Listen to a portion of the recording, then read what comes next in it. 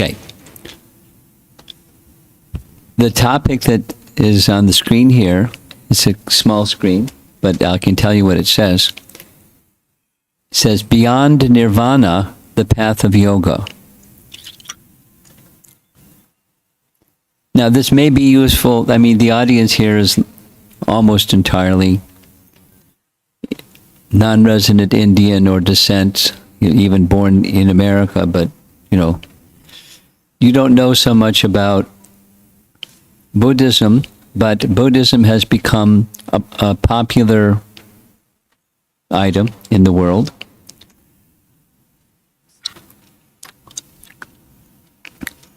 When I travel, except for 3 parts of the world, I travel, I don't have any other clothing than this. And when I go to China, I was told, don't even put a dhoti in your suitcase. There's reasons. And Middle East and Singapore, you won't get in the country if you're dressed like this. But otherwise, when dressed like this, it's not uncommon for curious people to ask, excuse me, but do you mind if I ask, are you a Buddhist monk? And my answer is, I'm a monk, but I'm not a Buddhist monk. I'm a Krishna monk. They go, oh, what's that? Then I get to tell them about Krishna. It's a trick. But Buddhism is popular, so it's probably helpful for everyone here to know the similarities and distinctions. This isn't a philosophy class on the similarities and distinctions, but there is one very big distinction, and that is the end goal of Buddhism is nirvana, and the path of yoga is beyond nirvana. So that's the topic.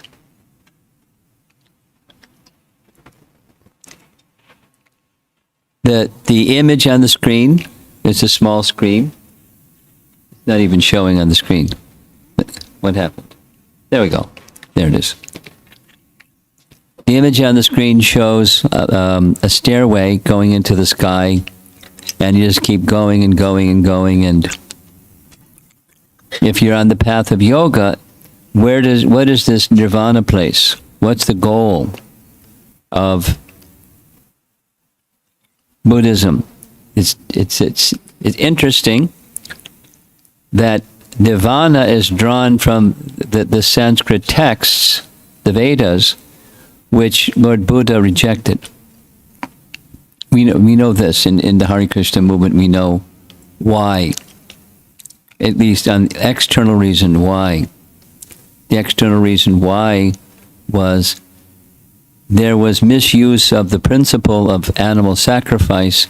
He saw that happening, and he said, if this is in the Vedas, then I reject the Vedas, because he was wanting to teach ahimsa. Right? Everybody in the Hare Krishna movement knows that. He was teaching ahimsa, nonviolence. And the objective of that lifestyle of nonviolence and so forth is attaining the stage of nirvana. Let's do it this way. Buddhism teaches that the root cause of suffering is one word. The root cause of suffering is desire. The root cause of suffering is desire. To become free from suffering, become free from desire. How to? That's the sadhya, now it's the sadhana for a Buddhist. 2 things. Really simple, describing in simple terms. Live a life of goodness. And life of goodness means compassion, nonviolence, charity, simplicity, etc. Life of goodness. Frame your life in goodness and mindfulness. That's the outside, and then the inside is, everyone has heard, yes, mindfulness. I was asked one time to speak on mindfulness. So while preparing, I was staying at someone's home that had a corporate job. I asked him, is that a buzzword in the corporate world, mindfulness? He said, oh yes. The mindful manager. All corporate people in our company, all officers have to take a mindfulness, the mindful manager course. One time I was going to a program at the University of Illinois in Chicago. We were passing through downtown, and there was a big place advertising the Mindful Burger. Marketing. Mindfulness has become a buzz because it's popular. But where does it come from? It comes from Buddhism. And the idea in Buddhism is, don't be in the past because it's gone. Don't be in the future because it hasn't happened yet. Be in the moment. Be in the moment. Be in the moment. Be in the moment. Vaisheshika Prabhu was describing when he first started distributing books in New York. He was approached by a young fellow, bounced up, happy young man, saying, are you enjoying being in the moment? Because he was dressed as a devotee. So it's mindfulness is connected to Buddhism. And when you get really good at being in the moment, what's next? You go on the other side of the moment. And what's on the other side of the moment? Nirvana. And what's nirvana? Nirvana is beyond mindfulness. Nirvana is cessation of material existence, or void. Voidism. So that image is heading for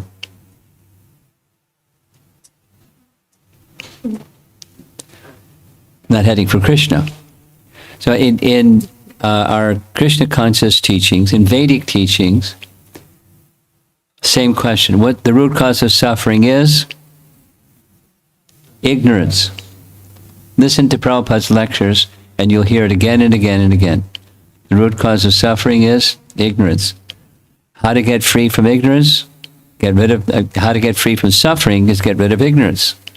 And light, or knowledge, dissipates darkness or ignorance. Because when there's ignorance, then there's ignorant activity, there's suffering. The root cause is ignorance. It's not desire. The problem isn't desire. It's ignorance that drives desire towards ignorant activity. And so therefore, the Vedas give emphasis to knowledge. And therefore, that's abundant. And there's different categories within the Vedas of knowledge. But if you're a good Buddhist, you do this mindful program. Now, we'll just spend a little bit more time on this mindfulness. In common sense of mindfulness, there's transcendental sense.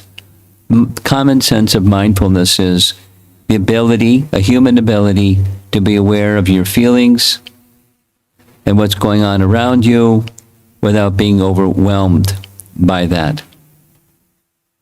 And the influencers that take one away are the modes of nature. So here's a nice image of the modes of nature. There's lamentation over what didn't go well, and there's hankering for what hasn't happened yet, and then there's mode of goodness, being in the moment.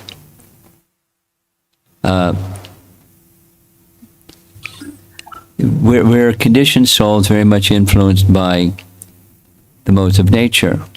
And it's a test, a challenge for the practitioners of yoga to the modes of nature. Spend, and especially when doing it's a devotional activity, a challenge. To not be having the mind go into what didn't go well in the past, or planning enjoyment in the future, navigating obstacles that are out there in the future.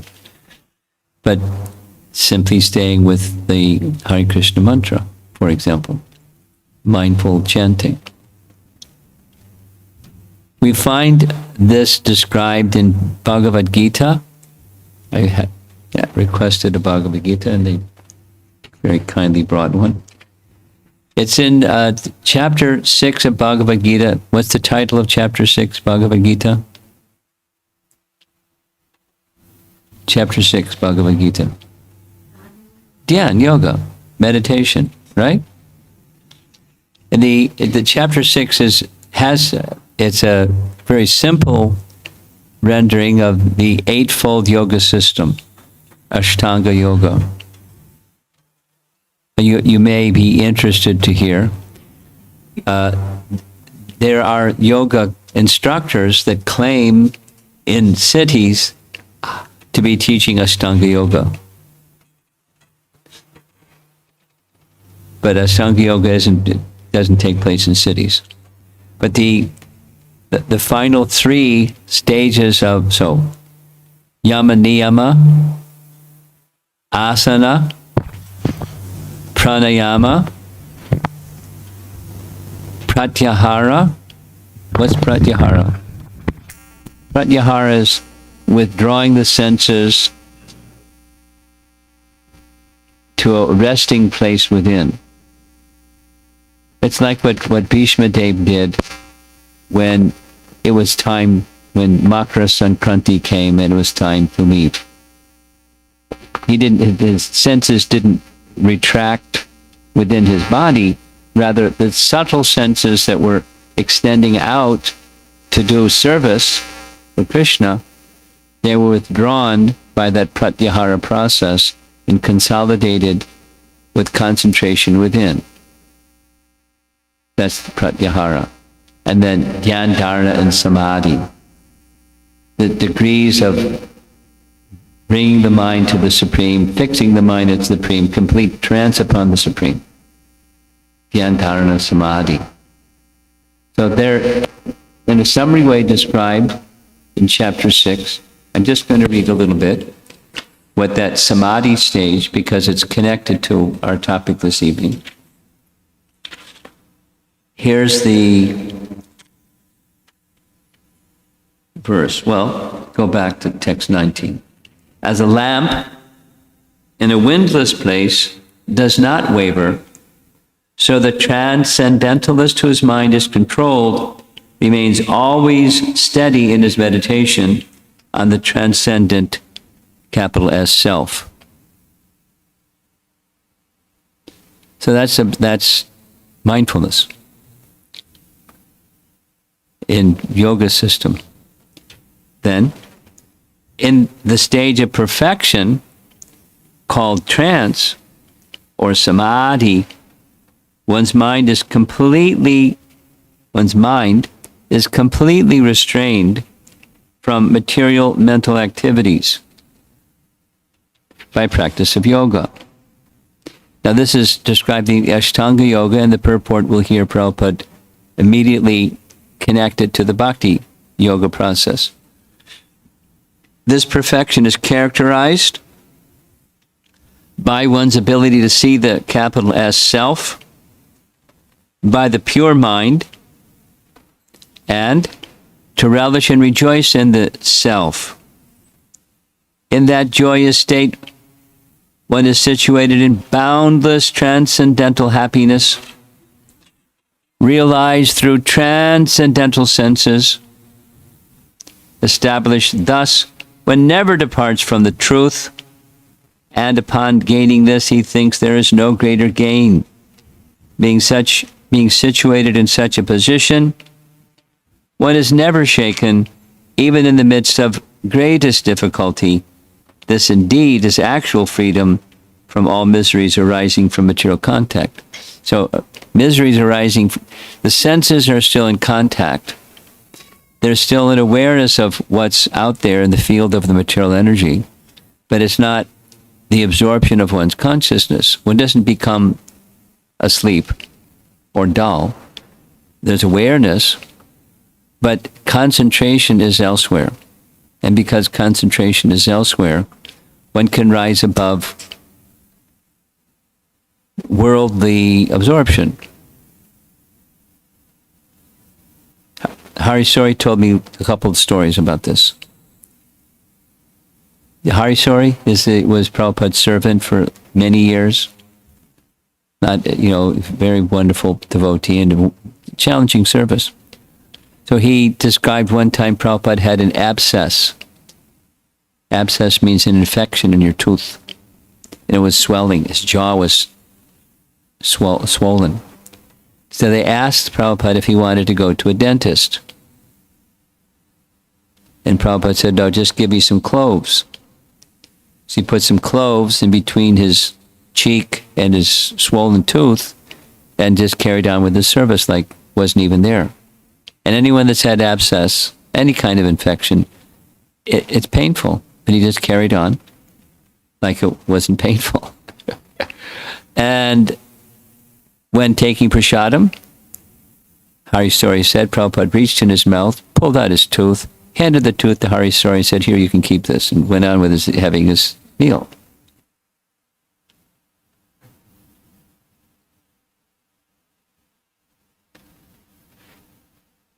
There's other nice stories. He said there were 2 evenings when Prabhupada's health was so extreme that he couldn't translate, otherwise despite everything, he went on. I didn't know all this, but he said Prabhupada had one kidney was failed and the other kidney was half. And that's one of the reasons why he had to take regular massage, because what kidneys do is they remove toxins from the body and then they're eliminated through urine, through water passing. But his kidneys weren't working. So that his body was swelling up with toxins and it was painful.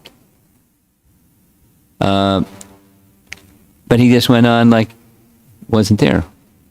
Except he said one evening, Harisori heard Prabhupada ring his bell in the middle of the night. He was up trying to translate. He had his chadar over his head. His whole body was shivering. And Prabhupada said, I'm in too much pain. I can't translate. But otherwise, he was in constant pain. I never knew it. But he just transcended it. He was in that state of consciousness, although moving about. So it's accessible, and it's being described in chapter 6. I'm going to read 2 paragraphs. It's connected to our topic. By practice of yoga, one becomes gradually detached from material concepts. This is the primary characteristic of the yoga principle. And after this, one becomes situated in trance or samadhi, which means that the yogi realizes the supersoul through transcendental mind and intelligence without any misgivings of identifying the self with the superself. Yoga practice is more or less based on the principles of the Patanjali system. So who is Patanjali? He wrote Patanjali Yoga Sutras, that drives the principles of the practice of yoga, primarily the Ashtanga Yoga system.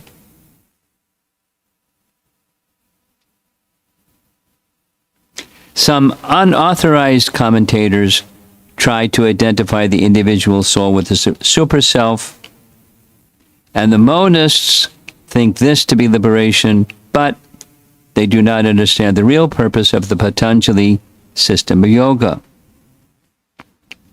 There is an acceptance of transcendental pleasure, means beyond nirvana, in the Patanjali system, but the monists do not accept this transcendental pleasure out of fear of jeopardizing the theory of oneness. The duality of knowledge and knower is not accepted by the non-dualist. But in this verse, the transcendental pleasure, realized through transcendental senses, is accepted. And this is corroborated by Patanjali Muni, the famous exponent of the Yoga system, and he gives the Sanskrit from Patanjali Yoga Sutras. Mentioned in Patanjali's verse is Chit Shakti. Chitti, Shakti, or internal potency, is transcendental. Purushartha, what does Purushartha mean? Commonly, Purushartha means the objectives of material activity. Dharma, Artha, Kama, Moksha. That's Purushartha. Purushartha means material religiosity, economic development, sense gratification, and at the end, an attempt to become one with the Supreme. This quote, oneness with the Supreme, is called Kaivalya. Kaivalya by the monist. But, according to Patanjali, this Kaivalyam is an internal or transcendental potency by which the living entity becomes aware of his constitutional position. In the words of Lord Chaitanya, this state of affairs is called Chaita Darpana Marjanam. No, read carefully or listen carefully to what Prabhupada is writing here. The goal of the Patanjali Yoga system, this Kaivalya of the Patanjali Yoga system, has its explanation in Mahaprabhu, in our lives, Chitta Darpana Marjanam. It's the first effect that comes from chanting Hare Krishna, Chitta Darpana Marjanam. Or clearance of the impure mirror of the mind. This quote, clearance, is actually liberation. Or Bhava Mahadavagni Nirvapanam. Listen. The theory of nirvana, also preliminary, corresponds with this principle. So if you're a Hare Krishna chanter, and most of us are,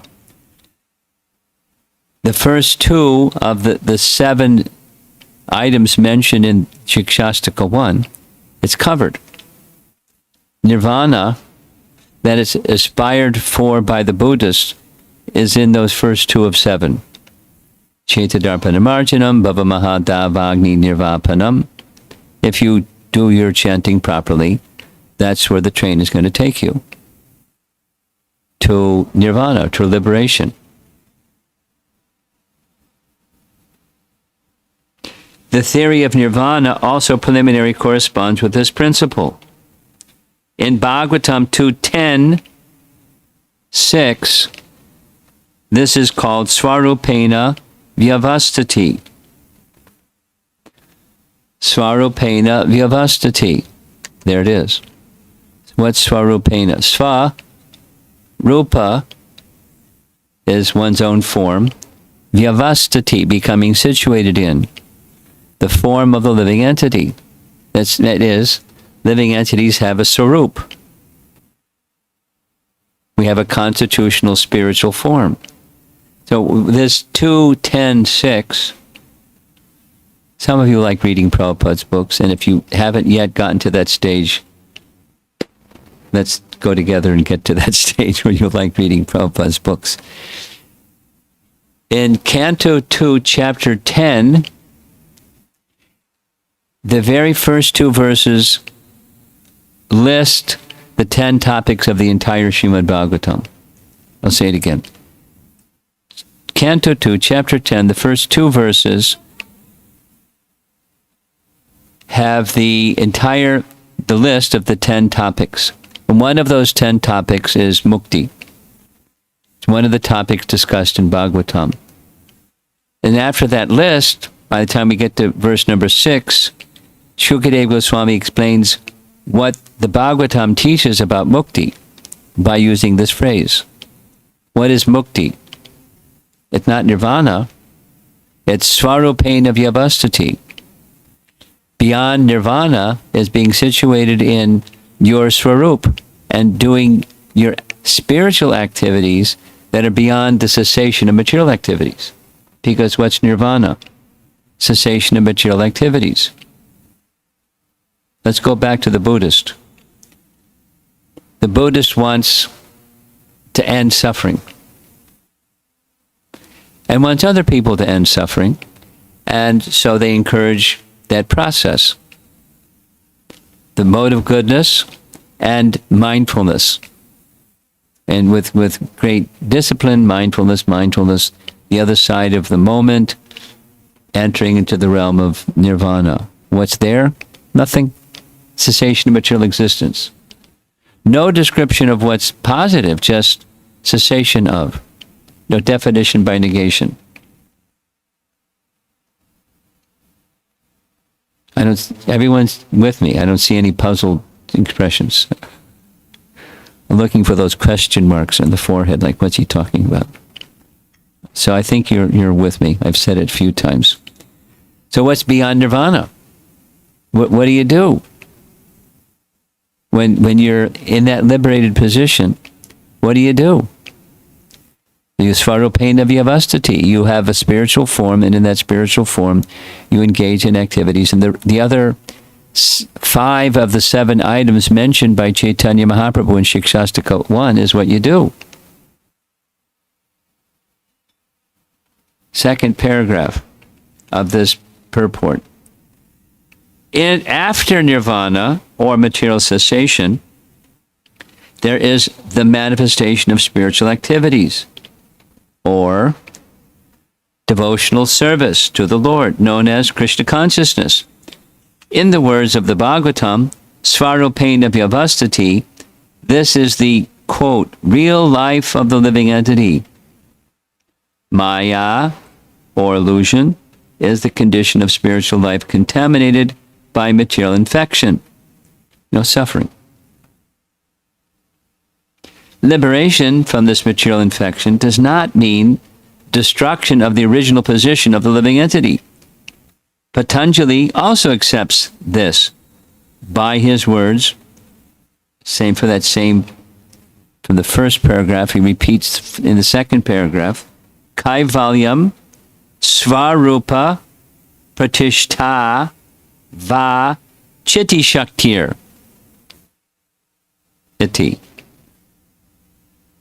Chitti Shakti, transcendental pleasure, is real life.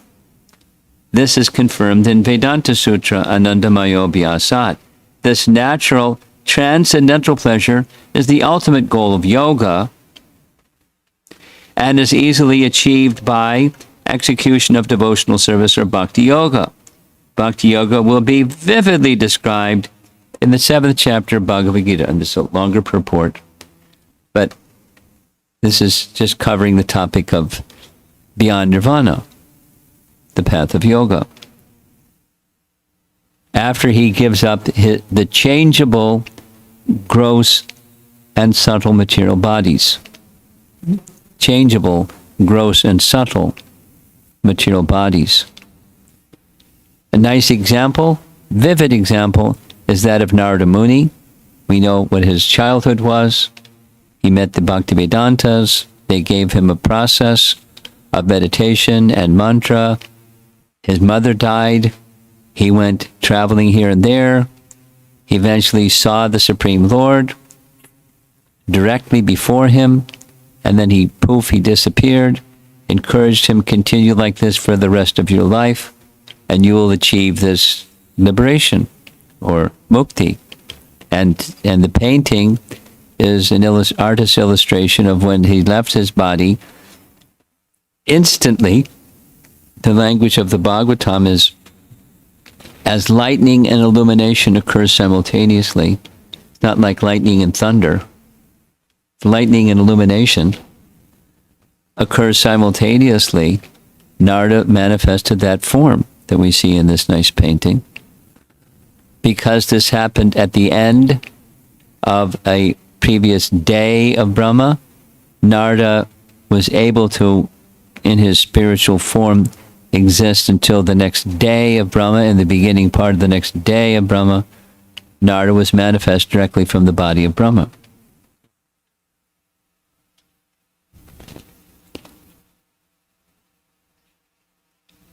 Same idea, same concept, that's the path of yoga concept, is some teaching that I heard Srila Prabhupada say a number of times, enough times that I became really curious. What is he intending for us to understand by saying the jiva is both conscious and consciousness? When you listen really carefully to Prabhupada's words, you'll catch it.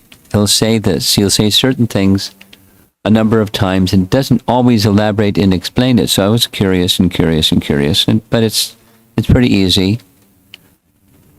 This image is an image of a lamp, and inside the lamp is a ghee wick, and the ghee wick is glowing, and the ghee wick is certainly luminous, or the flame is luminous, but the flame is also sending light, dispersing light throughout some space or surrounding the flame. So similarly, as with the lamp, the jiva is conscious and possesses consciousness, and that consciousness expands. So not only through our body, but through our senses into the world around us. But that the seat of consciousness is the conscious soul. So the soul is both conscious and consciousness.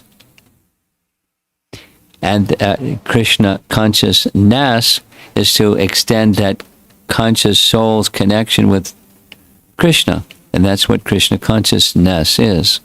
Instead of consciousness extending into the temporary features of material existence, the body and the mind, and the configurations of both that keep changing all the time. That's not recognized in impersonalism or Buddhism, as mentioned in this short purport, two paragraphs that I read. Because as soon as you have consciousness, then you have two things. And if you're impersonalist, you don't have two things. There's only one thing. Just a priori. There's only one thing. Because conscious of what? Then there's you and then there's something. So if you're a monist, there isn't you and something. But Bhagavad-Gita is clear. There is us and something. There's the body, there's the mind, and there's the soul and the super soul side by side. The soul and the super soul side by side.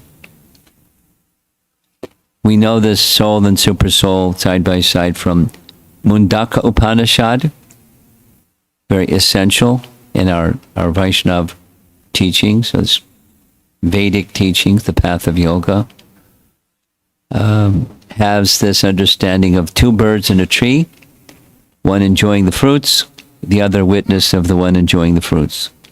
And the one that's the witness, that's Paramatma, and the one that's trying to enjoy the fruits, that's the Atma.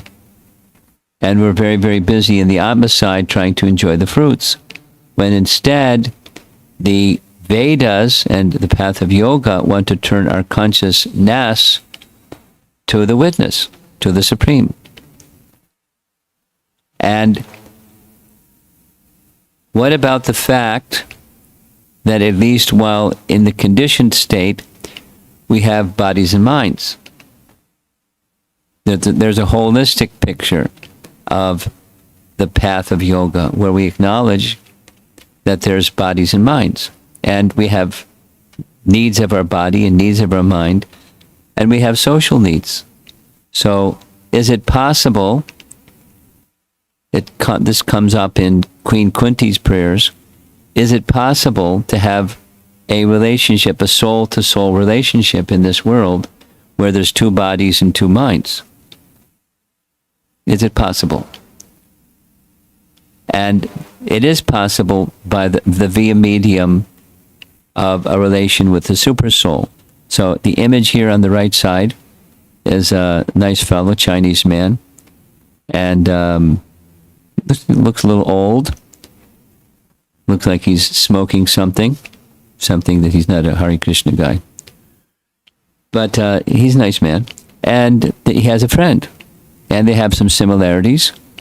One of them is they're both old, they're both Chinese, and they both have beards. And they have a friendship. But there's something else that's similar between the two of them. One has a spirit soul within, the other has a spirit soul within. And one has the Paramatma within, and the other has Paramatma within. And if they can have a soul-to-soul relationship through the via medium of the super soul. And that's how our social needs can be met in transcendence without having to be impersonal or voidists. But it's required is to recognize the super soul and Krishna consciousness, that is consciousness extended towards Krishna, and then Krishna's. Here's a nice statement Prabhupada made. In this world, there's two things. There's Krishna, and there's Krishnas. And there's not a third thing. Cool, huh? There's Krishna, and there's Krishnas, and there's not a third thing. And he went on to say, there is no void in the creation of God. What does void mean? This Nirvana idea, or Buddhist idea. What does void mean? Nothing. Or nothingness. The state where there is nothing. It's an imagination. There is no such thing as void in the creation of God. I'm looking at some of our younger people. Not too many younger people here, maybe a few. I remember very clearly in my 8th grade science class that I remember the teacher's name, nice man, and he had a really big table up in the front of the room, and he was good at teaching lessons, so he put a big glass jar, it's called a bell jar, on the desk. And he said, what's this? And, it's a jar. What's inside? It's air. He said, what else is there inside besides air? Well, there's probably some water moisture. What else is there? There's probably some particles. And then he said, let me show you something. So he hooked it up to a vacuum pump, a really loud, thing, and he pumped all the air out. And then he wanted us to know what's inside. And we were supposed to say, if we get an A in your science exam, you're supposed to say it's a vacuum, and there's nothing. Because he pumped out all the air, pumped out all the moisture, pumped out all the particles, so what's left is nothing. So if you want to get your A in the exam for that teacher, you say there's nothing. But if you read Bhagavad-Gita, there's something. And what's that something? That something is space, akash.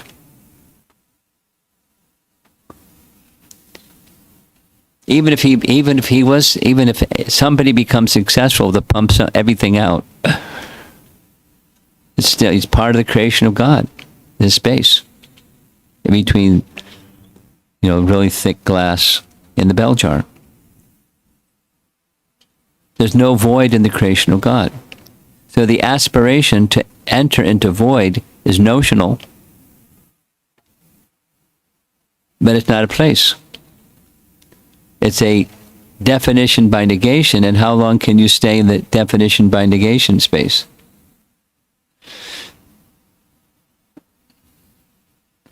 not permanent. So that the path of yoga teaches what's permanent.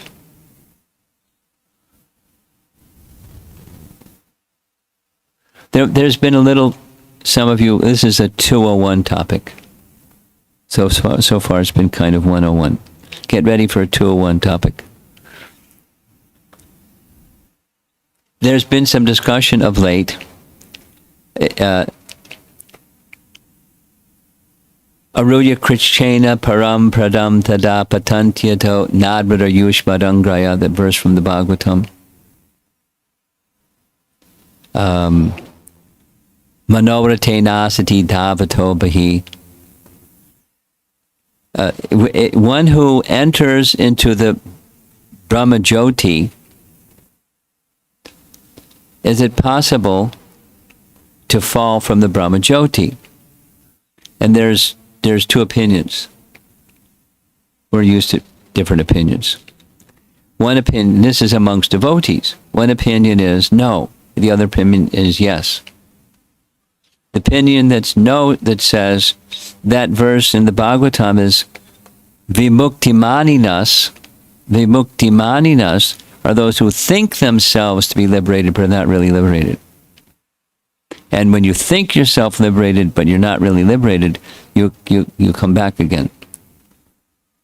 Because your intelligence is impure. Tvayashta bhavat avashuddha buddhaya. Because your intelligence is impure. You come back. And then there's another view, which I've heard Prabhupada say many times. They may enter the Brahmajyoti, not just think they've entered, but they've entered the Brahmajyoti, but they haven't taken shelter of the lotus feet of the Lord. And having not taken shelter of the lotus feet of the Lord, they again come back. Because you can't stay there.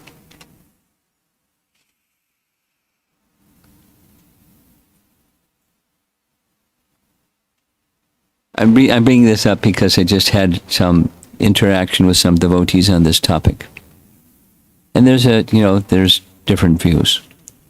In any case, when the path of yoga is, there is shelter, and that shelter is the lotus feet of Krishna, and it does take intelligence, and it takes mind to be directed through the power of the soul's consciousness.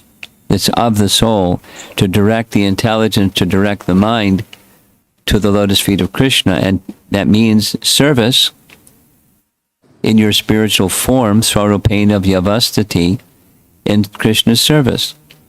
And attaining that, it's beyond nirvana, and there's no return. And so how do we get there?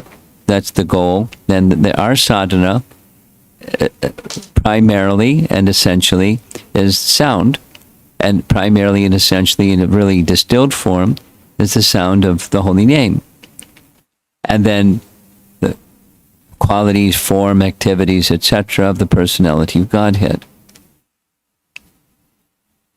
So the concluding slides are for a new audience, this audience that I prepared this for. I was requested to speak on. It was really interesting. The first time I went to a particular university, what the students wanted was this topic. So this was a student topic at a college. So here's our chanter chanting peacefully, and the conclusion of that peaceful chanting is to go beyond the coverings of the universe into beyond what rocket ships can go to, beyond what nirvana can go to, into the spiritual world, and be in Krishna's association eternally. So there's our topic, with a little expanding of the explanation in chapter 6 Bhagavad-Gita. Now, I'll go back to the beginning. Most of the people here, almost all the people here, are from Indian background, and you probably don't have a whole lot of social interaction with Buddhism, but you should know it's out there. It's popular, and at least you should, if you have an opportunity to encounter somebody that is learning, would like to learn what is the bhakti conception of nirvana or Buddhism, and how are they the same and different? Now you have some background.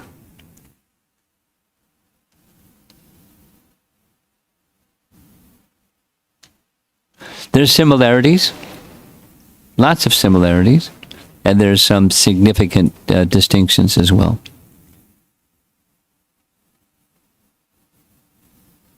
Let's see if there's some discussion.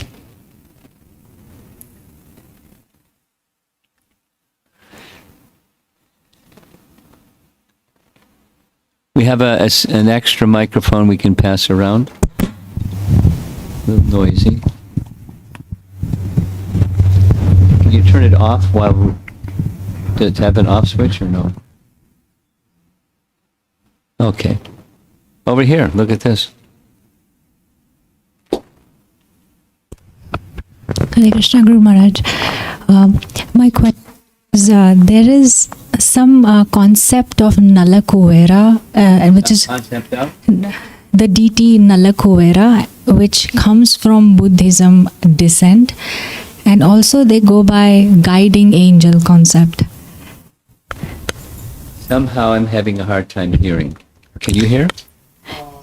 Nalakuvera, is it related to Buddhism? Nalakuvera? Nalakuvera, That's what I thought you said. yes, But I couldn't, it has nothing to do with Buddhism. Nalakuvera.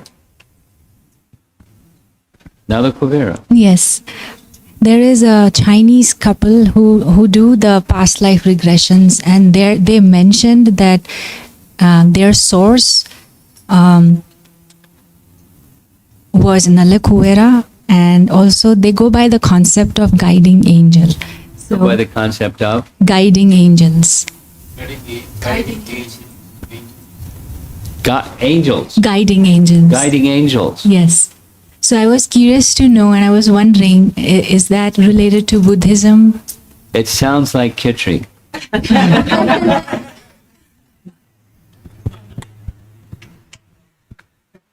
But having spent some time in China, Kitri is very common. Huh? Common in China. No, little of this, little of that, stir, and get, what is it? It's Kitri. That's what I mean. Something from here, something from there, something from there. They don't fit it all. Put it in a pot, stir it up, and that's some teaching. Now there may be. Nalakuvera is a Sanskrit name. It's not a Chinese name, and you know who Nalakuvera Manigriva are. But so and somebody somewhere in China picked up the name Nalakuvera, picked up something over here, picked up something over there. There's no angel concept. It's a Christian notion. Guiding angels. It's a Christian notion, not a Vedic notion, not a Buddhist notion. It's a Kitri notion.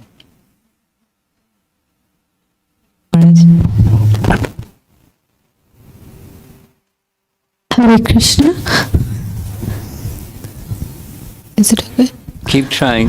Hare Krishna. Adjust the volume. Is it better? Keep going. We can't hear. He can't adjust it till you speak. So talking about the similarities between the Turn the bhakti speaker this way. and nirvana. Yeah. So do they also follow Ashtanga and Pratyahara and all those things that the Bhagavad-Gita talks about? What is the Who's the persons you're referring to? the nirvana practice? No, they don't. They don't. Then what's the means to get in? The means is meditation, where keeping it simple. The method of meditation is emptying the mind of pursuit of desire to eventually dry the well of desire, to come to the stage of desirelessness because desire commonly is something I don't have, I want. Passion, something that I lost, I lament. Ignorance, it has everything to do with their concept of time also. It's called kshanik. Kshana, it means a measure of time, a moment. You familiar with that term? Yeah. Okay. So it's they say, Buddhism commonly says, all there is the moment. So don't go into what isn't. Just stay, because in that moment is gone and it's now past. So all there is the moment. So be in the moment. So now back to your question, is there some practice like this? No. There's no concept of these Ashtanga Yoga system, because Ashtanga Yoga system leads to fixing the mind on Supersoul. So it's just mindfulness. It's just the moment. And stay there and stay there. And it's not easy, but you stay there and stay there and stay there. So one of the dissimilarities would be, for say, if we are meditating or chanting, we are thinking about the Supreme Lord Krishna. While they are meditating, they think about emptiness, right? In Nirvana. Not exactly. Let me modify what you just said. Our process, the mantra chanting process, is within the sound is everything. Within the nama is rupa, the form of the name. And rupa, guna, the qualities of the name, and the pastimes of the name. Nama, rupa, guna, lila. It's just hear the sound. Now, that's thinking of Krishna, is hearing the sound. Because the mind is absorbed in the sound when you're hearing the sound. And that's thinking of Krishna. Now, the mind may go, when thinking of Krishna, when chanting, to Krishna's activities. The idea is, when it becomes proficient in chanting, is that the pastimes may unfold in your mind, but don't let it stray from the sound, because the next thing is going to be somewhere else. It's wonderful and natural that the form and qualities and activities of Krishna come in within the mind. And the rule or the guiding principle is stay with the sound. Because otherwise that concentration can break and the mind is again into other things. And it's all within, so it's within the sound vibration. We have a hand up in the back. Let's see if the cable reaches that far. My question is that Yes.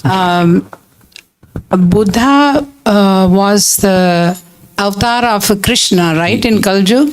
That's right. Okay. Thank you. Well, was that it? Yes. Okay. And it's okay. Wait till the microphone comes over. And while we're waiting, you'll find his name mentioned in Canto 1, Chapter 3, and other parts of the Vedas as well. He's one of the Das avatars. Buddha, Shadida, Jaya Jagadisha Hare. Yes. Yeah, Maharaj, I have a question on same line. Speak slowly. Yeah. So Lord Krishna is, as per the Dasha avatar, Lord Krishna is the 8th avatar, and Bhagwan Buddha is the 9th avatar. And 8th avatar, during Lord Krishna mentioned, give clear path of Bhakti Yoga and how to get liberation. In Bhagavad-Gita, it explained.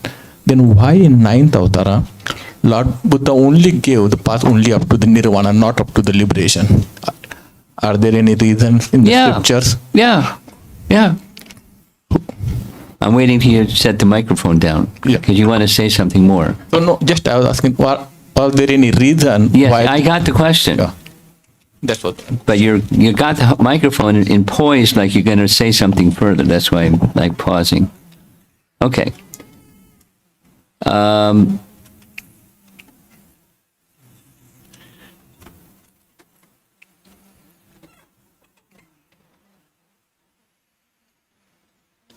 Srila Prabhupada's explanation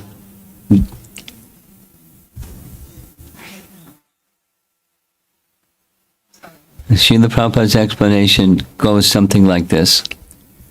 Buddha came as Kali Yuga had become rapidly degraded.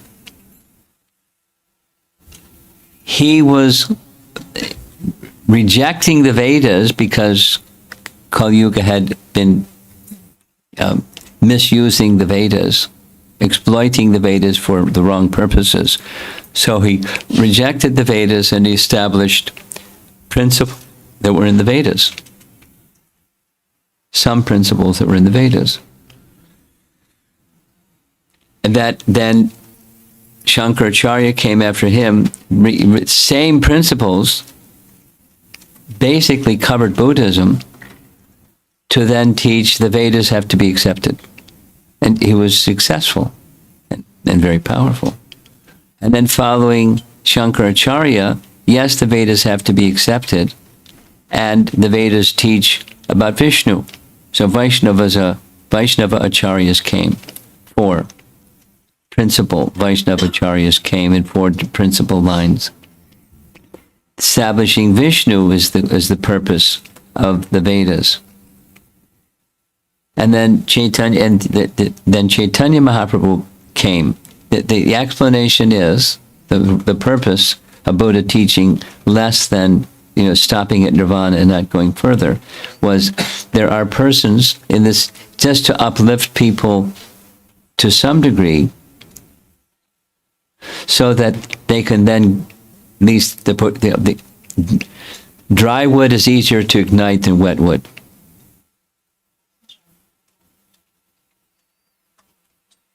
So there are persons, my experience is, persons that have Buddhist upbringing, because going to China, everyone says, whether it's true or not, I am Buddhist. To some degree, they accept. And then it's easy to ignite. Easier than people who are just gross materialists. So, and similarly, why is there a big emphasis in the Vedas for karma kanda when that's not the essence, but it's helped to make wet wood dry wood, where at least people are turning to some higher authority, the devas, and ultimately the bhokta of the yajna to the devas, to have desires fulfilled. It seemed to be encouraging desires when it's meant to become finally free from material desire. So why is it there?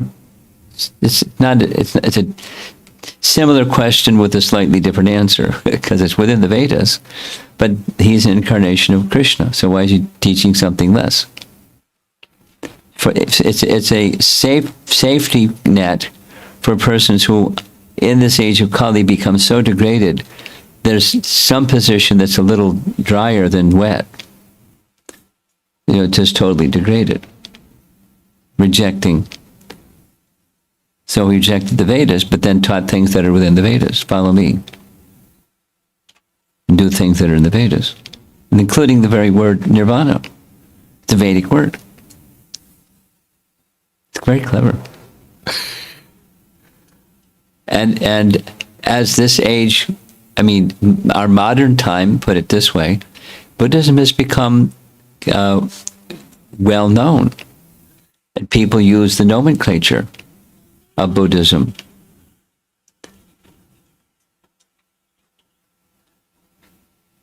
Okay? Anything else? Krishna, there is a question on the Zoom. Okay. Where's that voice coming from? Krishna. Okay. Okay, go ahead. You can unmute. Krishna Maharaj, we have respectful obeisance all words to Prabhupada. Technology. Last Maharaj, I found that conscious and consciousness very deep, if I may say, and I'm trying to understand, Maharaj, of course, that example of the lamp wick and the light that goes outward. So the first part of my question is that we are all jivas and each one of us is unique. And we also learn that each one of us has a particular rasa. Yes. And the five primary, from Dasya right up to the conjugal. So when that Swarup is revealed, when we get pure in our devotional acts, I don't know, I may be a Das, I may be in Shantaras or whatever it is. So is that the way to say that the consciousness, because consciousness is outward, like light spreading. So if I'm in a lower stage of the rasa, my light can only spread that much. But if as we go higher, that light is spreading even further. Is that the correct understanding? Yes. I mean, let me say back what I think you're saying. Your speech is clear, which I appreciate. But let me say back what I think you're saying. Like with our japa, when we're chanting Krishna's name, Krishna isn't less than Krishna because our consciousness is dull. Krishna is fully Krishna, and we're greater or lesser degree aware of that the name and Krishna are the same. And as we become more elevated, then our clarity of Krishna and his name are the same, becomes brighter and stronger. So similarly with rasa, there can be preliminary stages of one of the five rasas, and it's less luminous or less distinct or less developed. But as we continue, then the clarity of that rasa and the intensity of that rasa gets stronger and brighter. Is that what you're saying? Yes, Maharaj. Yeah. Okay, so, yeah. This is the segue to the next part, Maharaj, is like how I've understood it is there's power and there's energy. So the application of power is energy. So the consciousness, if I may say, is the energy of the conscious being, the jiva. Now, in Bhagavad-Gita also we see that as we get more purified, so I'm trying to understand that Pandit Samadarshana. So that elevated soul, then he sees everything in relation to Krishna, whether dog or Yes. whoever now. Yes. So that's the way we understand, Maharaj? Yes, same. Exactly. And again, it's like a dimmer switch as opposed to a rocker arm switch, an on and off switch. It's proportionate to or in degrees of illumination on these topics. It's not a 1 or a 0. It's a variable degree of awareness of Krishna is everywhere and Krishna is within everything, etc. Thank you, Maharaj. That was very nice. Thank you.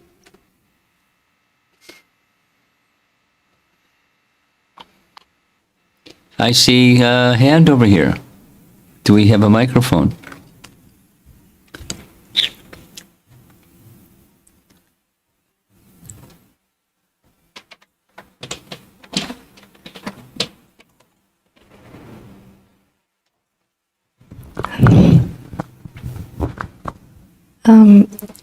There are two different kind of Buddhism, right?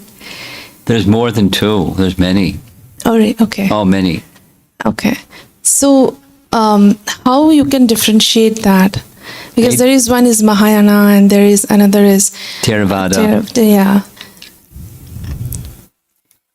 You want to know what the distinctions are between those two? That's your question? Yes, because I know in Japan, even in lots of people in US also, they follow SGI, Soka Gakkai International. That is, and SGI follow Mahayana, that I know. But then what is the difference between the two? I learned it, and it's not really sharp in my memory right now.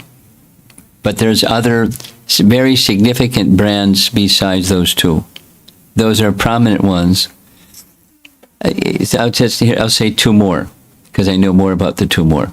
One of them is Zen. And I know about Zen because I studied at a Zendo for a while. And there's, in China, the most popular brand or version is pure land Buddhism. You heard of that one before? Amitabha Buddha is the Buddha who they, call his name. And so I'm not answering your question, I'm giving some other understanding. That's but right. just so it gives you the picture. And there's many others also, and there's subdivisions of those as well, of those two primary ones.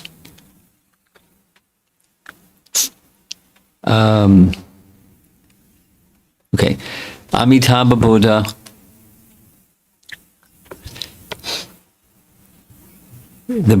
Such Buddhists say he was very compassionate, and he understood most persons aren't going to reach nirvana.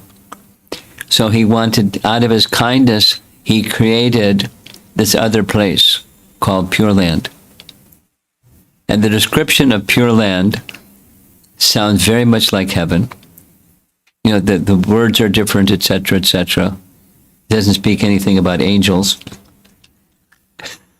Someone was speaking about angels. So there's no mention of angels, but it's opulence and this and that and that. And people live for a very, very long time and enjoy happiness. And there, it's kind of like an incubation chamber where they, if they are so inclined, they can continue to reach the nirvana stage, and then they go to the nirvana land, the land of nothingness.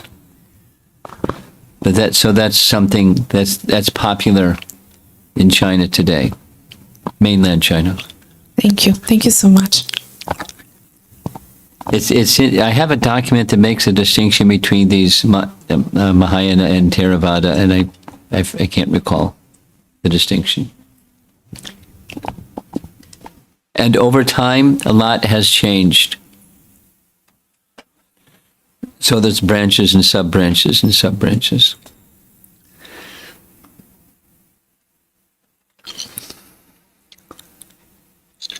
Okay. Well, thank you. Something? Somebody has a...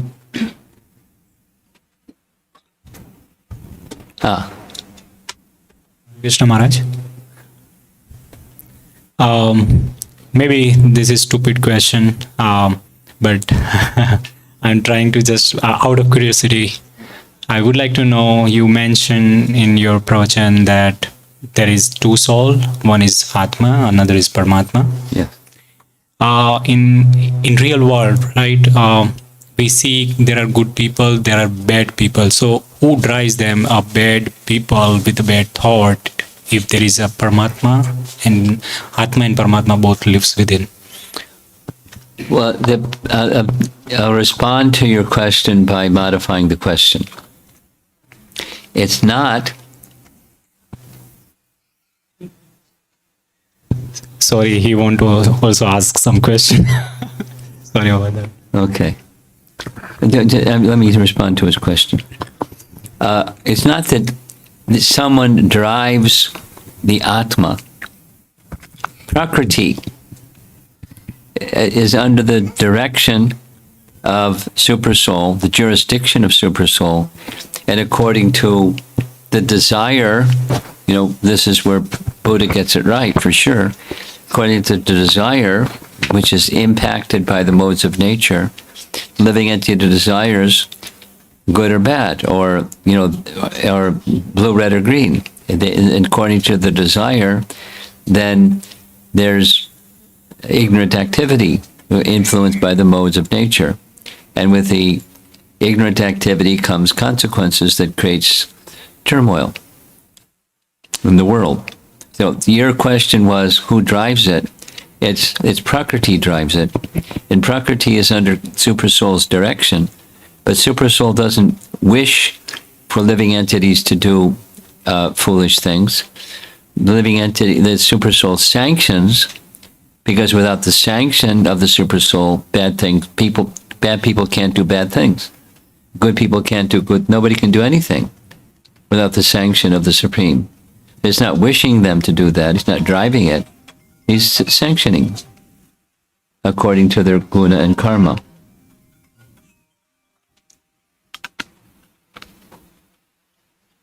Okay, there was a question in the back.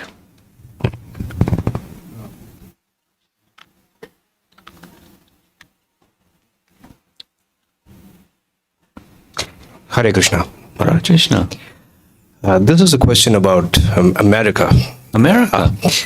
A fundamentally Judeo-Christian state was driven by messianic beliefs about rewards and punishments and burning in hellfire for as repentance. Well, that's not. I'm interrupting your question because I never heard any of that growing up in a Christian tradition. At least the stated beliefs of a lot of people here. And my fundamental sort of source of wonder is there a journey possible from there to realization, where it's not repentance as such to realization, which is what we talk about? You know,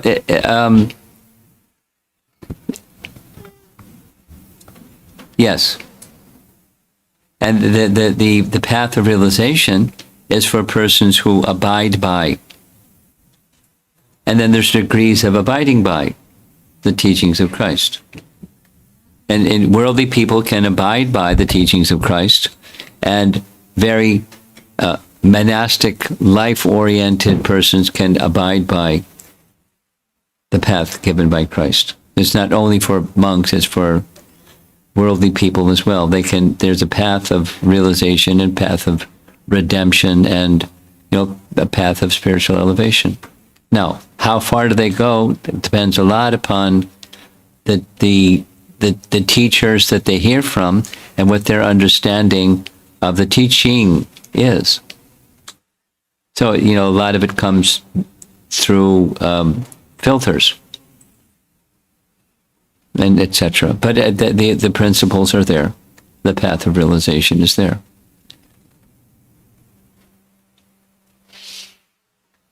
Largely, in the best case scenario, is attaining heaven, and we know where that position is in the Vedic picture of things.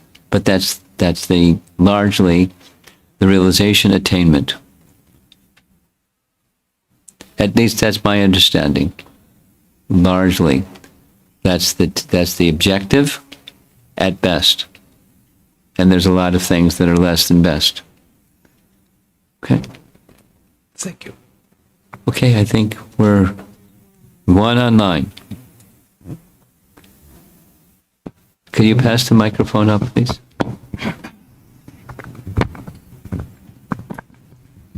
You're going to read it, huh? This question is from Neeraj Bhatnagar. Hare Krishna Maharaj, why did Lord Buddha have to go through a meditation process to gain enlightenment? He didn't have to do anything. He was doing to show. He's an incarnation of God himself. Is it just pastimes? Yeah, he was just showing. So, that's what incarnations do. They show people. They don't have to do anything. They're just setting an example. Here's a path. Follow it. Okay. Srila Prabhupada ki. Yeah.